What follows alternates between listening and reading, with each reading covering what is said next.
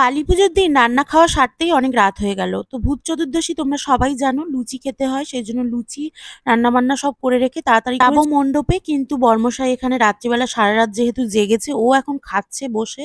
তখন বাজে রাত ২টো। তো যাই হোক আমি রান্না-বান্না ১ম এ সব সেরে নিয়েছি।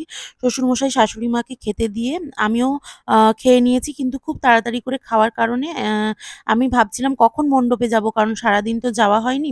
তো সন্দেশটা নিয়ে জামাকাপড় চেঞ্জ করে দিতে এলাম। তো ঠাকুর মন্দিরে দেখো এখন জোগাড় হচ্ছে, ঘটে সিঁদুর লাগানো হচ্ছে, সমস্ত পুজোর জোগাড়। আর এই যে গাছগুলো তোমরা দেখতে পাচ্ছ, এই গাছগুলো সব আমাদের ছাদের গাছ। মানে ভাই যে গাছগুলো ছাদে চাষ করেছে, সেই চাষের মানে সেই গাছগুলোকে হাতাহাতি করে পাড়ার ভাইরা এখানে এনেছে এবং এখানে সাজানো হয়েছে। প্রতি বছরই এরকম হয় যবে থেকে গাছ চাষ করা হচ্ছে। কত সুন্দর লাগছে দেখো। আর মায়ের মূর্তিটা আমাদের এবছর ১৫ ফুটের ঠাকুর করা হয়েছে। অনেক, অনেক বড় মূর্তি। তোমরা দেখলেই বুঝতে পারছো। আর এখানে কাঠ, হোমের কাঠ সমস্ত জোগাড়জাতি করা হচ্ছে। ঠাকুরমশাই এখনো এসে পৌঁছায়নি। ঠাকুরমশাই নাকি আসবেন রাত ১২টার পরে, কিন্তু দুর্ভাগ্যের বিষয় ঠাকুরমশাই এসে পৌঁছেছেন ভোর পৌনে ৪টে। তো সেই সময় তো আর পুজো করা যায় না। তো সবাই বলছিল যে একেবারে চলেই যাও, পরের দিন সকালবেলা পুজো করবে। একটু রাগ অভিমান হয়ে গেছে আরকি সব। তারপর ঠাকুরমশাই পুজোয় বসেছিল। এখন ঠাকুরমশাই পুজোয় বসেনি। এখন ওনার ছেলে এসে এই যে সব সিঁদুর-টিঁদুর লাগাচ্ছে ঘটে, জোগাড়জাটি করছে। আমি একটুখানি এপাশ দিয়ে গাছের মধ্যে দিয়ে ঠাকুরকে দেখানোর চেষ্টা করছিলাম কত সুন্দর লাগছে দেখো।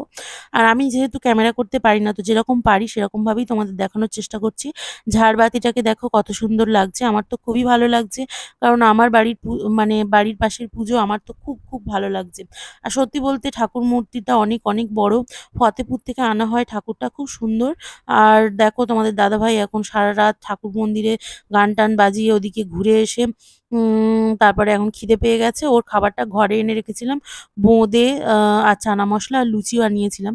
তো ওই ৩ টে লুচি খেয়েই পালিয়েছে। আর তারপরে আবার ওই পাড়ার ভাইরা ছিল সব ওখানে নিয়ে চলে গেছে এইগুলো। আর আমাকে একটু খাইয়ে দিচ্ছে। বলছে যে, "তুমি খাও অন্তত আমি ২ বার গালে দিই।" তো একবার একটুখানি চানা মসলা দিয়ে দিল, আবার একবার একটুখানি বোঁদে দিয়ে দিল। কিন্তু আমার তো সুগার, আমার তো এগুলো এগুলো খাওয়া চলে না। কিন্তু কি বলতো, এই ভালোবাসাটা ভাগ করে নেওয়াটা মানে আমার কাছে অনেক, অনেক মূল্যবান। যখন হাসব্যান্ড আগে বাবা-মা খাইয়ে দিত, এখন হাসব্যান্ড যখন গালে করে খাইয়ে দেয়, তখন বিষয়টা লজ্জাজনক হলেও আমার কাছে কিন্তু বিষয়টা ভালো লাগে। আমি জানি না তোমাদের কার, কার ভালো লাগে বা কিছু। আমার খারাপ তো লাগে না। আমার তো সবসময় ভালো লাগে। এই জিনিসটাই তো সবথেকে মেইন। টাকা-পয়সা, আ জামা-কাপড় এগুলো না হলেও এই ভালোবাসাটা থাকলে কিন্তু আ অনেক কিছুর অভাব মিটে যায়। তো একটা মেয়ের কাছে এটাই সব। তারপরে বাতি দিয়ে দিচ্ছিলাম আবারও, সেগুলোই তোমাদের দেখাচ্ছি। আর ঠাকুর মন্দির থেকে চলে এসেছি। আজকের ভিডিওটা এই পর্যন্ত। টাটা।